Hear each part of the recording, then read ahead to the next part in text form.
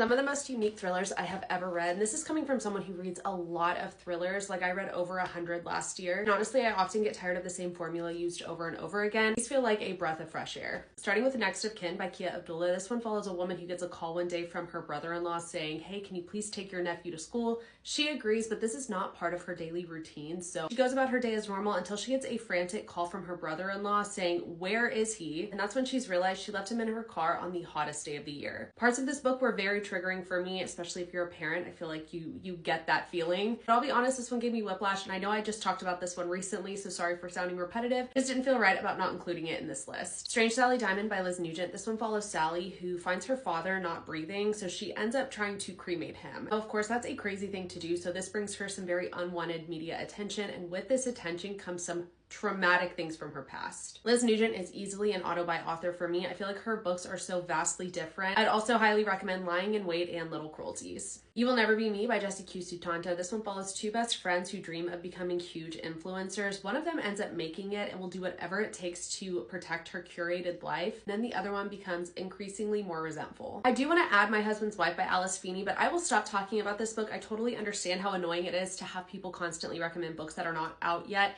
It does come out next week. Again, I just didn't feel right about not including it here because I just loved that book. Someone Who Knows by J.L. Ross. This one follows Sarah, whose mother's life was tragically taken when she was just a child. Now, Sarah's mother had a gift, and the older Sarah gets, she's starting to realize she may have some gifts of her own. Especially when bodies start showing up, she starts to get these visions like she is the person responsible for these crimes. One of my favorite thrillers of all time, The Bitter Truth by Shanora Williams. This one follows a man named Dominic who's running for office, and he definitely has some skeletons in his closet and will do whatever it takes to keep those hidden. Now, he definitely starts to spiral because he feels like there is someone stalking him who knows the truth. If you're a fan of sci-fi thrillers like Blake Crouch, then you need to pick up The Final Orchard by C.J. Rivera. This one is set in a society where there are these bionic enhancements. Think like plastic surgery, but a little bit different. Following two different people, a doctor who lives above ground, and then you follow a 16-year-old named Ever who lives below ground in these colonies. It's hard for me to explain, but just take my word for it. This one is so underrated. It is such a good read. You Know What You Did by K-Teen Nguyen. This one follows Annie, the daughter of a Vietnam refugee. She's now living this perfect life to the man of her dreams. But one day she ends up finding the body of her mother, and then she begins to completely unravel. And finally, Mad Honey by Jodi Picoult and Jennifer Finney Boylan. This one follows a single mother who believes she's very close with her son up until he gets arrested for allegedly taking the life of his girlfriend. This makes her question literally everything she knows about her son, and also gets her questioning, could he possibly be like his father? That's it for me. Thank you so much for watching. Please make sure to like this video and follow for more recommendations. And I just want to say, if I'm crooked, it's the inverted filter and it's not me.